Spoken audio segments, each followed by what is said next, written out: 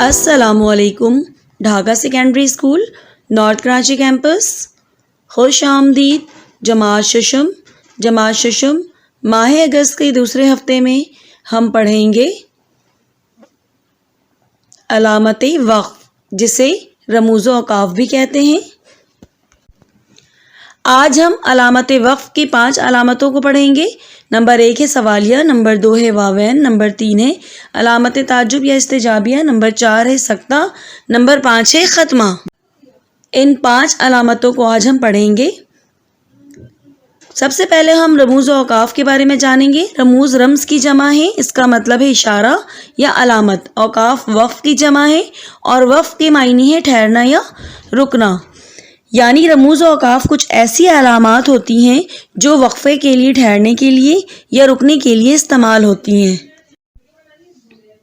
رموز و اوقاف ان علامتوں یا اشاروں کو کہتے ہیں جو کسی عبارت کے ایک جملے کو اس کے باقی حصوں سے الگ کرنے کے لیے استعمال ہوتی ہیں. ان کے استعمال سے جملوں کا مفہوم واضح ہوتا ہے.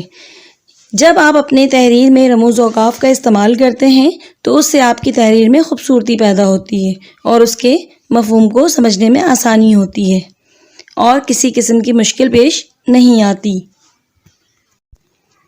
سوالیہ نشان، جسے انگلش میں کوشچن مارک کہتے ہیں، یہ علامت سوالیہ جملے کے اختتام پر لگائی جاتی ہے. اس کے استعمال سے سادہ اور سوالیہ جملے میں فرق پیدا ہوتا ہے. کیا تم باہر جاؤ گے؟ دروازے پر کون ہے؟ بچہ کیوں رو رہا ہے؟ ان تمام جملوں میں کوئی نہ کوئی سوال پوچھا گیا ہے اور جس جملے میں کوئی سوال پوچھا جائے تو اس کے آخر میں ہم سوالیہ نشان لگاتے ہیں. اب ہم پڑھیں گے ختمہ، جسے انگلش میں فل اسٹاپ کہا جاتا ہے. یہ علامت ایک پورے جملے کے آخر میں لگائی جاتی ہے جہاں کچھ دیر ٹھہرنا ہوتا ہے. یہ ایک جملے کو دوسرے جملے سے الگ کرتی ہے. بچوں، رموز و اوقاف کی یہ علامت ختمہ کہلاتی ہے، جو کہ سب سے زیادہ استعمال ہوتی ہے. جب ہم ایک مکمل جملہ لکھ لیتے ہیں اور اس کا مفہوم واضح ہو جاتا ہے تو اس جملے کے آخر میں ختمہ لگاتے ہیں. بچوں یاد رکھیے گا، ختمہ کو نامکمل جملے میں استعمال نہیں کیا جاتا. اب ہم پڑھیں گے واوین یعنی انورٹڈ کاما. واوین، عبارت میں کوئی قول یا اقتباس لکھا جائے تو اس کو نمایاں کرنے کے لیے یہ علامت لگائی جاتی ہے. یعنی ہم اپنے مضمون یا پیراگراف میں کوئی قول لکھنا چاہتے ہیں، کوئی اہم بات لکھنا چاہتے ہیں یا کسی حدیث کا ترجمہ لکھنا چاہتے ہیں تو اسے ہم واوین میں. مثال ہے، رسول اکرم صلی اللہ علیہ وآلہ وسلم کا ارشاد ہے، دنیا آخرت کی کھیتی ہے. اللہ نے فرمایا، تم میں سے بہتر وہ ہے جو علم سیکھے.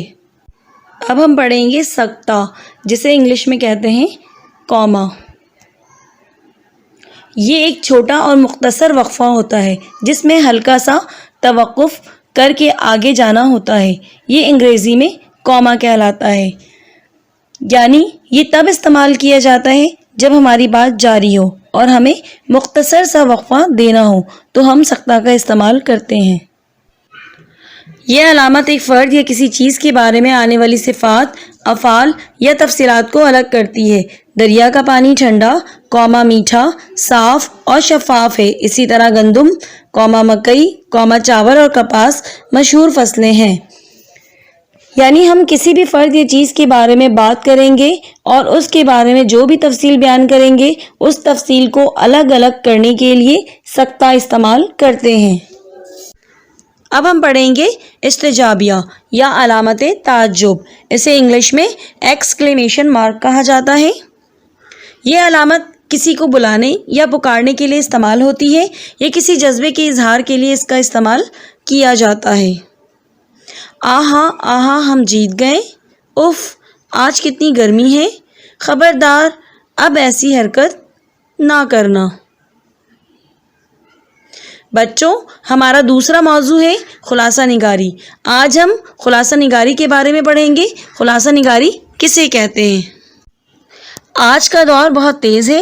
اگر کوئی بات کر رہا ہو تو ہم چاہتے ہیں کہ وہ اپنی بات جلدی ختم کر لے. جو لوگ اپنی بات جلدی مکمل کر پاتے ہیں وہ اپنی بات دوسروں تک اچھے انداز میں پہنچانے میں کامیاب ہو جاتے ہیں. اس لیے خلاصہ نگاری کو بہت اہمیت حاصل ہے. خلاصہ سے مراد یہ ہے کہ جب بھی آپ کوئی مضمون پڑھتے ہیں یا کوئی کہانی پڑھتے ہیں یا کوئی نظم پڑھتے ہیں تو اس کو مختصر کر کے بیان کرنا خلاصہ کہلاتا ہے۔ بچوں، آج ہم خلاصہ نگاری کے اصول سمجھیں گے تاکہ آپ بآسانی خلاصہ لکھ سکیں۔ نمبر 1 ہے سبق یا نظم کو اچھی طرح پڑھیں۔ سبق یا نظم کو 2 سے 3 بار اچھی طرح سے پڑھیں۔ اس کے مشکل الفاظ کے معنی پر غور کریں۔ اس کے مرکزی خیال پر غور کیجیے کہ اس سے آپ کو کیا نصیحت ملی ہے اور کیا سبق ملا ہے۔ اہم نکات پر نشان لگائیں۔ جب بھی آپ کوئی سبق یا کوئی کہانی پڑھیں تو جو نکات آپ کو اہم لگتے ہیں اسے انڈر لائن کرتے جائیں۔ اس سے آپ کو خلاصہ لکھنے میں مدد ملے گی۔ نمبر 3 ہے 1/4 حصہ لکھیں۔ جب بھی آپ کو کسی چیز کا خلاصہ لکھنا ہے تو 1/4 حصہ خلاصہ لکھنا ہے، یعنی بہت طویل یعنی لمبا نہیں لکھنا، صرف 1/4 لکھنا ہے۔ نمبر 4 ہے زیادہ تفصیل سے گریز کریں، یعنی جو خلاصہ آپ کو لکھنے دیا گیا ہے اس کو لفظ بلفظ یعنی تفصیل سے لکھنے کے بجائے آپ اسے مختصر طور پر تحریر کریں۔ نمبر 5 ہے ترتیب کا خاص خیال رکھیں۔ جب بھی آپ کو کہانی کا خلاصہ لکھنے دیا جائے سے کہانی شروع ہو رہی ہے، جو واقعات کہانی کے شروع میں بیان کیے گئے ہیں انہیں آپ کہانی کے شروع میں ہی لکھنا ہے، اور جو اختتام میں بیان کیا گیا ہے وہ آخر میں ہی لکھیں گے۔ ایسا نہ ہو کہ جو آخر میں کہا جا رہا ہے وہ شروع میں اور جو شروع میں کہا جا رہا ہے وہ آخر میں بیان کریں۔ اگر آپ نے ترتیب کا خاص خیال رکھا تو بہترین خلاصہ لکھ سکیں گے۔ نمبر 6 ہے سبق کا نام اور مصنف کا نام ضرور لکھیں۔ اگر آپ کو کسی نظم کا خلاصہ لکھنا ہے تو آپ کو شاعر کا نام ضرور لکھنا ہوگا، اور اگر سبق کا خلاصہ لکھ رہے ہیں تو اس میں مصنف کا نام ضرور لکھیں گے۔ نمبر 7 ہے کہانی یا نظم کو اپنے الفاظ میں لکھیں، یعنی آپ جو بھی خلاصہ لکھیں گے اسے اپنے الفاظ میں لکھیں گے، ایسا نہ ہو کہ کتاب سے یا مضمون سے دیکھ کر لفظ بلفظ لکھ دیں۔ نمبر 8 ہے اختتام مناسب الفاظ میں کریں، یعنی خلاصے کا اختتام مناسب الفاظ میں کریں، یہ نہیں کہ بات اچانک سے ختم کر دیا جائے۔ نمبر 9 ہے خود سے کوئی بات شامل نہ کریں، یعنی خود سے کوئی بات خلاصے میں شامل نہ کریں، اس سے خلاصے کا تاثر خراب ہو جائے گا اور اس سے خلاصہ اچھا نہیں لکھا جائے گا۔ ہمیشہ وہی بات لکھیں جو آپ کی عبارت نظم یا مضمون میں موجود ہے۔